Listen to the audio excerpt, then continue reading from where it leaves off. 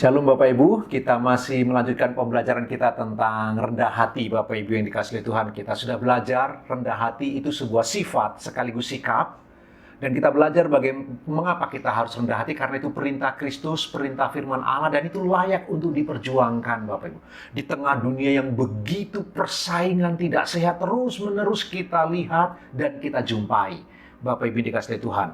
Nah, kita coba akan melihat bersama-sama Bapak Ibu. Pertama-tama, apa sih ciri-ciri rendah hati? Kita coba melihat bersama-sama Bapak Ibu dikasihi Tuhan ya. Saya kutip dari berbagai sumber bagian ini Bapak Ibu.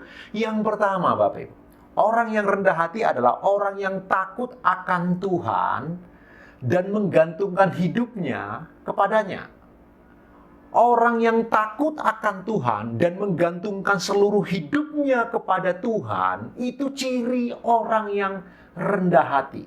Nah, takut akan Tuhan bukan seperti takut kepada hantu atau takut perampok, takut kedatangan pencuri rumah kita. Bukan itu kata takut akan Tuhan, Bapak Ibu. Takut akan Tuhan adalah sebuah sikap hati yang hormat.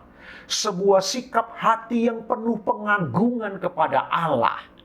Itulah yang namanya takut akan Tuhan. Jadi sekali lagi, takut akan Tuhan itu bukan ketakutan. Bukan ketakutan seperti sesuatu yang seram, sesuatu yang misterius, sesuatu yang menyeramkan. Bukan seperti itu.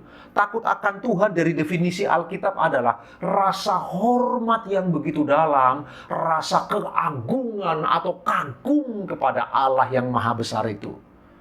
Itulah sikap yang takut akan Tuhan. Dan karena dia menghormati Allah demikian rupa, mengagungkan dia demikian rupa Bapak Ibu, maka kemudian orang ini menggantungkan hidupnya kepada Tuhan yang dia kagumi itu, Tuhan yang dia hormati itu, Tuhan yang dia takuti itu. Jadi, salah satu ciri rendah hati adalah orang yang punya sikap hati takut kepada Allah, lalu kemudian menyerahkan hidup secara sukarela kepadanya.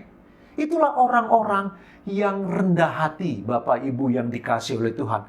Tidak peduli berapa sopan hidup kita, berapa tinggi etika moral kita, betapa ramah kita dikenal oleh orang-orang di sekitar kita. Tapi kalau sikap hati kita tidak takut akan Allah, dan kita tidak menyerahkan total hidup kita bergantung kepada Dia, menurut Alkitab, kita bukan orang yang rendah hati.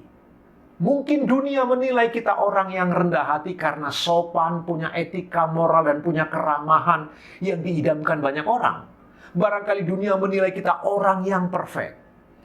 Tapi jika takut akan Allah, kekaguman yang dalam kepada Tuhan, dan persandaran hidup kita bukan kepada Dia, maka semua sikap yang tampak di luar itu, semua gejala-gejala sosial yang kelihatan dari hidup kita bukan muncul dari kerendahan hati, Bapak Ibu yang dikasihi Tuhan. Karena itu, mari kita melihat kepada diri kita. Apakah kita orang yang sungguh-sungguh takut akan Allah, mengagumi Dia begitu dalam dan hormat, lalu kemudian kita bersandar kepada Dia setiap hari dalam hidup kita, selalu bersandar kepada Dia.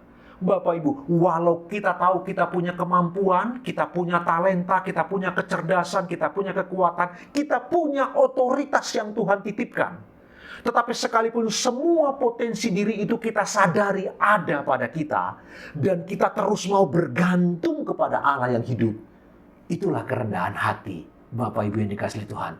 Karena itu, ayo kita pikirkan bagian ini dengan lebih serius lagi. Di tengah persaingan dunia yang menekankan semua ingin menjadi tampil yang di depan, tampil yang terbaik, yang tertinggi, yang terhebat. Tetapi anak-anak Tuhan diminta menjadi orang-orang yang rendah hati. Dan salah satu ciri kerendahan hati yang kita belajar hari ini adalah takut akan Tuhan dan terus-menerus bergantung kepadanya. Jadilah orang-orang yang takut akan Allah. Dan jadilah pribadi yang terus bergantung kepada Tuhan walau engkau punya beberapa kemampuan yang Tuhan titipkan. Walau engkau punya semua otoritas yang Tuhan titipkan kepadamu, namun kau terus bersandar kepada Dia. Itulah kerendahan hati. Tuhan Yesus memberkati Bapak Ibu. Selamat beraktivitas.